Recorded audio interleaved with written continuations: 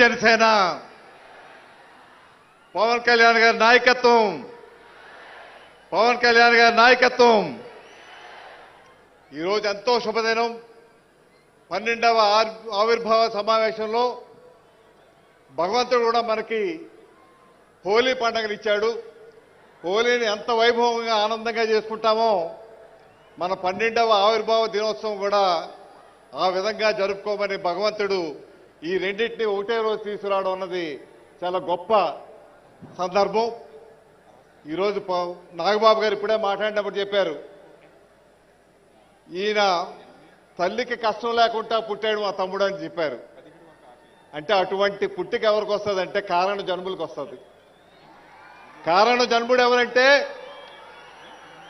మన ప్రీతమ జననేత పవన్ కళ్యాణ్ గారు. మన 2వ స్వతంత్ర పోరాటం చూసాం మొన్న ఎన్నికల్లో. అందులో ఒంటి చేతితో ఈ కురుక్షేత్ర మహాసంగ్రామాన్ని నడిపించినటువంటి నాయకుడు ఎవరైనా ఉన్నారంటే అది పవన్ కళ్యాణ్ గారు మాత్రమే అని చెప్పక తప్పదు. ఈరోజు కూటమి లేకపోతే అధికారం లేదు.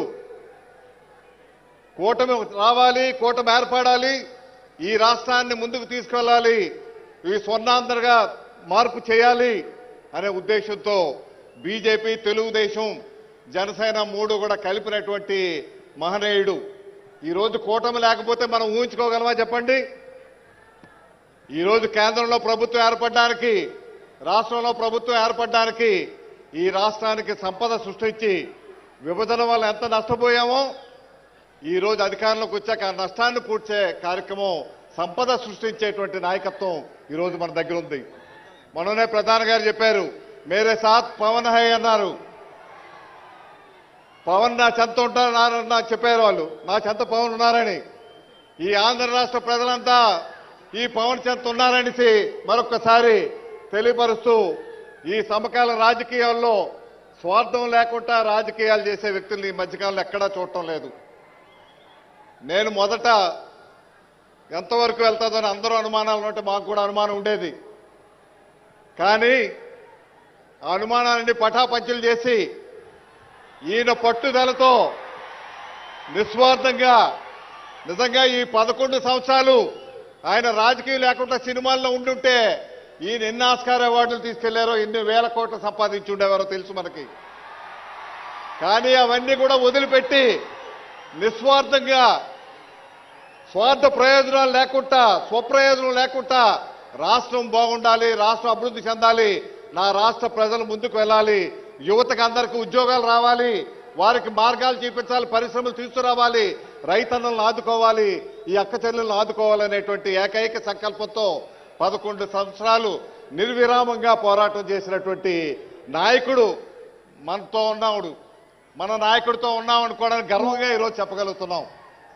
ఒకసారి ఎన్నికల ముందు వారితో మాట్లాడినప్పుడు చెప్పాం, మన స్టీల్ ప్లాంట్ కానీ, పోలవరం కానీ, ఉత్తరాంధ్ర సుజల శ్రవంత్ కానీ ఇటువంటి సమస్యలు ఎన్నో ఉన్నాయి. రైల్వే బోర్డు ఈ సమస్యలు మనం పరిష్కారం చేయగలుగుతామంటే నేనున్నాను, నా ఎజెండా అదే, మీరు భయపడక్కర్లేదు, తప్పనిసరిగా ఇవన్నీ చేసి తీరుతామని. 8 నెలలు పూర్తి కాకుండానే విశాఖ స్టీల్ ప్లాంట్ ప్రైవేటీకరణ అవుతుందనేటువంటి సందర్భంలో కేవలం అది పవన్ గారి వల్ల మాత్రమే సాధ్యమైందని చెప్పక తప్పదు. ఈరోజు చాలా మందికి అనుమానం వస్తుంది, ఈరోజు ఎందువల్ల ప్రధానమంత్రి గారు చేయాలి ఈ రాష్ట్రానికి? నాకు తెలిసి పవన్ కళ్యాణ్ గారు ఏమీ కూడా ఆశించలేదు. కేంద్రంలో చాలా మంది మంత్రి పదవులు కావాలంటారు, రాష్ట్రంలో ఇన్ని సీట్లు కావాలంటారు, ఇన్ని ఎంపీలు కావాలంటారు, ఇన్ని మంత్రి పదవులు కావాలంటారు. వాస్తవానికి వారికి చాలా పెద్ద పెద్ద ఆఫర్లు వచ్చాయి. పెద్ద పెద్ద నాయకులు ఈ రకంగా చేస్తే మీరు ముఖ్యమంత్రి చేస్తాం, డిప్యూటీ సీఎం చేస్తామని అవన్నీ కూడా పక్కకు పెట్టారు. నాకు పదవి ముఖ్యం కాదు అన్నారు. ఏ నాయకుడికి ఆ ధైర్యం ఉందో చెప్పండి? ఇప్పుడు నాకు తెలిసినటువంటి నాయకత్వంలో ఒక్క పవన్ కళ్యాణ్ గారే ధైర్యంగా నాకు పదవి అక్కర్లేదు, నాకు రాజకీయం అక్కర్లేదు, ప్రజల క్షేమమే ముఖ్యం అని చెప్పి రాజకీయాలకు అతీతంగా ఈరోజు కార్యక్రమాలు చేస్తా ఉన్నారు. ఇటువంటి నాయకత్వాన్ని కాపాడుకొని ఈ రాష్ట్రాన్ని భవిష్యత్తులో స్వర్ణాంధ్ర రాష్ట్రంగా, దేశంలోనే నెంబర్ 1 రాష్ట్రంగా తీర్చిదిద్దేటువంటి ప్రక్రియ ఈరోజు పవన్ కళ్యాణ్ గారు ఆలోచనలో ఉంది. ఈరోజు నిజంగా వారు అడిగారు కాబట్టి ఈరోజు స్టీల్ ప్లాంట్ కానీ, పోలవరం ప్రాజెక్టు కానీ, లేదంటే అక్కడ అమరావతి కానీ, మన రైల్వే జోన్ కానీ ఇవన్నీ కూడా అవుతా ఉన్నాయి. ఉత్తరాంధ్ర సుజల సేవంత అవుతా ఉందంటే వారు ఏ కోరిక కూడా ప్రధానమంత్రి గారిని వ్యక్తిగతంగా కోరలేదు కాబట్టే. లేదంటే ఈ పరిస్థితి వస్తే చాలా మంది నాకు కూడా మంత్రి పదవులు కావాలని అడుగుంటారు అక్కడ. కానీ ఈయన మంత్రి పదవి గురించి అడగలేదు అక్కడ. ఆయనకు కావాల్సింది రాష్ట్ర ప్రయోజనాల గురించే మాట్లాడేటువంటి నిస్వార్థ వ్యక్తిని మనం కాపాడుకోవాల్సినటువంటి అవసరం ఎంతైనా ఈ రాష్ట్ర ప్రజల మీద ఉంది. కాబట్టి ఈరోజు మీ అందరికీ మరొకసారి హోలీ శుభాకాంక్షలు తెలియపరుస్తూ, మీ అందరూ వచ్చింది మేము మాట్లాడడానికి కాదు. ఈరోజు మేమంతా ఇక్కడ కూర్చున్నామంటే ఈరోజు పవన్ కళ్యాణ్ వల్లే మేమంతా ఇక్కడ కూర్చోగలిగాం. ఈరోజు మీ అందరి ఆశీస్సుల వల్ల ఇక్కడికి రాగలిగాం. ఎవరి మాటల గురించి ఎదురు చూస్తున్నారో ఈ రాష్ట్రానికి దశ దిశ నిర్ణయించేటువంటి వ్యక్తిగా ఆ రోజు గుంటూరు సమావేశంలో ఆయన ఒకటే చెప్పారు, ఇది పొత్తు లేకుండా, పొత్తులతో ఓటు చేయకుండా ప్రతిపక్షం నేను రాష్ట్రంలో చేస్తా అన్నారు. రాజమండ్రిలో మన ముఖ్యమంత్రి గారు 53 రోజులు జైల్లో అరెస్ట్ చేసినప్పుడు జైలుకు వెళ్లి పైకి వచ్చిన వెంటనే తెలుగుదేశం, జనసేన, బీజేపీ కలిపి ప్రభుత్వం వెళ్తుంది, ఎన్నికలకు వెళ్తున్నామని ఏదైతే చెప్పారో ఆ రోజే శిలాశాసనంగా ఈ రాష్ట్రంలో అధికారం మారబోతా ఉందన్నది ఆ రోజే నిర్ణయమైంది, ప్రజలు నిర్ణయించారు.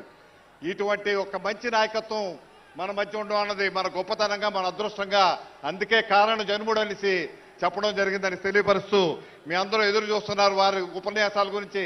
మా ఉపన్యాసాలు కాదని మా అందరికీ కూడా తెలుసు. వారు త్వరలోనే మంచి చేస్తారు, దశ దిశ నిర్ణయించేటువంటి మంచి ఉపన్యాసం ఉండడానికే మేము కూడా వచ్చామని తెలియపరుస్తూ ఈ అవకాశం ఇచ్చిన మీ అందరికీ నా హృదయపూర్వక ధన్యవాదాలు.